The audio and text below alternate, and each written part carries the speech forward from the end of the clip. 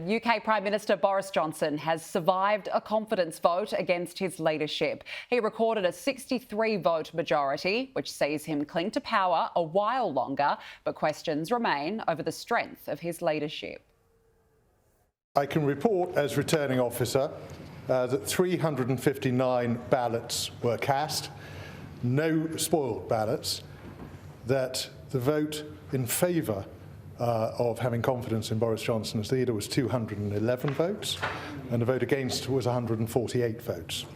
And therefore, I can announce that the Parliamentary Party does have confidence. The result points to a simmering civil war within the Conservative Party about the Prime Minister's role following Sue Gray's report into lockdown parties at number 10 Downing Street. Speaking a short time ago, Boris Johnson claimed the result was a decisive one. I think this is a very good result for politics and for the country. I do. Just in this sense, I think it's a convincing result, a decisive result, and what it means is that as a government we can move on and focus on the stuff that I think really matters to people. To discuss this, I'm now joined by former High Commissioner to the UK, Alexander Downer. Mr Downer, thank you for joining us this morning. Boris Johnson has survived, but for how long do you think? That's impossible to say because he didn't survive by a huge margin. 40% of his MPs voted against him. So his position, I think, still remains tenuous. But under the rules of the Conservative Party, they're not able to hold another leadership ballot for a year. So there is that factor. But on the other hand, I imagine the rebels will keep gnawing away at him.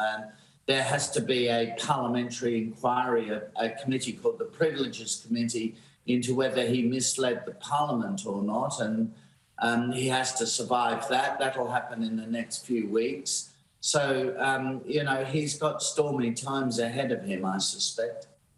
In your view, when did sentiment within the Conservative Party start to turn against Boris Johnson?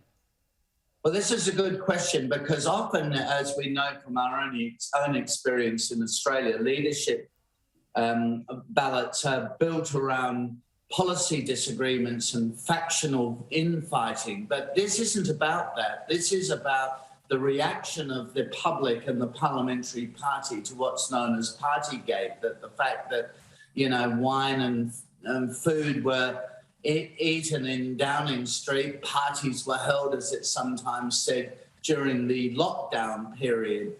So in breach of the lockdown rules, and in fact, Boris Johnson has been fined, albeit only £50, but there's $100, but he's been fined for breaching the rules. So it is the vote against him is a vote by people who think this has done him so much damage that the Conservative Party would not be able to win the next election. And the rest, well, there are all sorts of loyalties to him, people who admire him, people who think he can turn it around. And so it's a question of judgment like that. So, I think it's going to depend a bit on how the opinion polls unfold over the next few months. But this is going to be a tough period for Boris Johnson. It's really interesting because even over the weekend during the Queen's Jubilee celebration, Boris Johnson and his wife were booed as they entered an event, and it was quite audible as well. How much do you think that weighed on the minds of Conservative MPs who are still wavering whether to keep backing him? Well, booing by a few punters of the Prime Minister is standard fare, isn't it? I mean, it happens in Australia the whole time. Prime Ministers are never popular in Australia for more than a few months. Yes, you get it's the booing. I don't think it's that. I think it's a combination of things. It's the opinion polls. It's I suppose for some MPs, the ethics of having been breaching the rules which he himself made, that has really upset them. Some of the rebels who voted against him are people who were against lockdowns altogether. And so they say, well, you did something we didn't want done, and then you yourself didn't think the rules were worth obeying. It's much more that kind of sentiment, plus the opinion polls. In the UK, people don't pay the media anyway, don't pay quite as much attention to the opinion polls as they do in Australia, you know, the fortnightly news poll and so on. There isn't really that enthusiasm or belief in opinion polls in the UK, but nevertheless, I think, you know, they have been really bad, the opinion polls for the Conservative Party. Since Partygate, they've sunk from having a solid lead and dominance over the Labor Party to falling into significant deficit.